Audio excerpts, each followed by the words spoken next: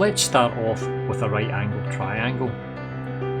The length of this side is A, the length of this side is B, and the length of this side is C. So for example, whenever we looked in the last video, we had A was 3, B was 4, and that would make C 5.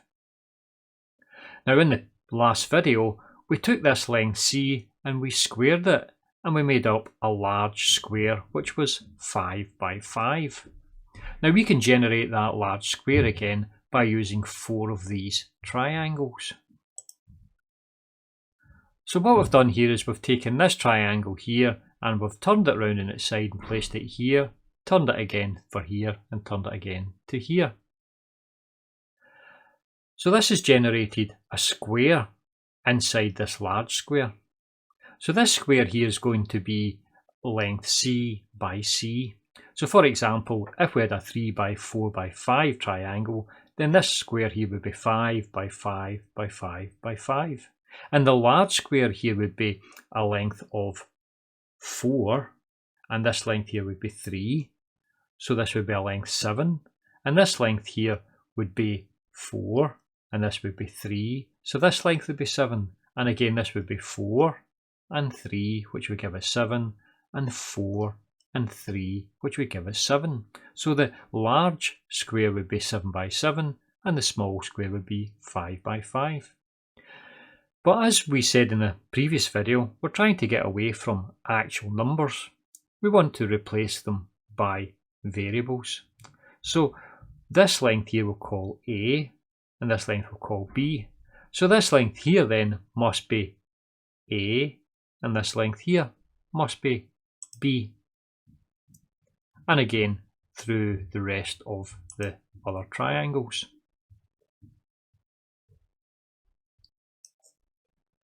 The area of the black square here is going to be C times C, which is C squared. What is the area of the large square? Well, it's going to be the length times its breadth.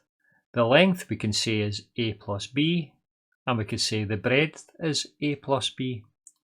So the area is going to be A plus B times A plus B. And that gives us the area of the large square. So we can multiply these two out, and we're going to have A times A, which gives us A squared. We're going to have A times B, which gives us this term AB. We're going to have the B times A, which gives us the BA, and the B times B, which gives us B squared. These are two like terms, we can add them together. And that gives us A squared plus 2AB plus B squared is equal to the area of the large square. So this equation here gives us the area of the large square. But you'll note if you look at the drawing here, we're going to have another way of working out the area of the large square. We can see that the area of the large square is going to be the black area here plus the 4 pink areas. Well, the black area is C squared. But what's the area of the pink triangle here? Well, the area of a triangle, as we've seen, is a half base times height. So the area here is going to be a half A times B. And this one will be a half A times B. This will be a half A times B. And this will be a half A times B. So we're going to have 4 halves, which is going to give us 2AB. So the area of the large square will be 2AB plus C squared. So take your time and work through that and convince yourself of it. So that means we've got 2 methods of finding the area of the large square. The first one here and the second one here. So it means that if this is the area of the large square and this is the area of the large square, it means that this equation here must equal this equation here. So we can say that the A squared plus 2AB plus B squared is equal to 2AB plus C squared.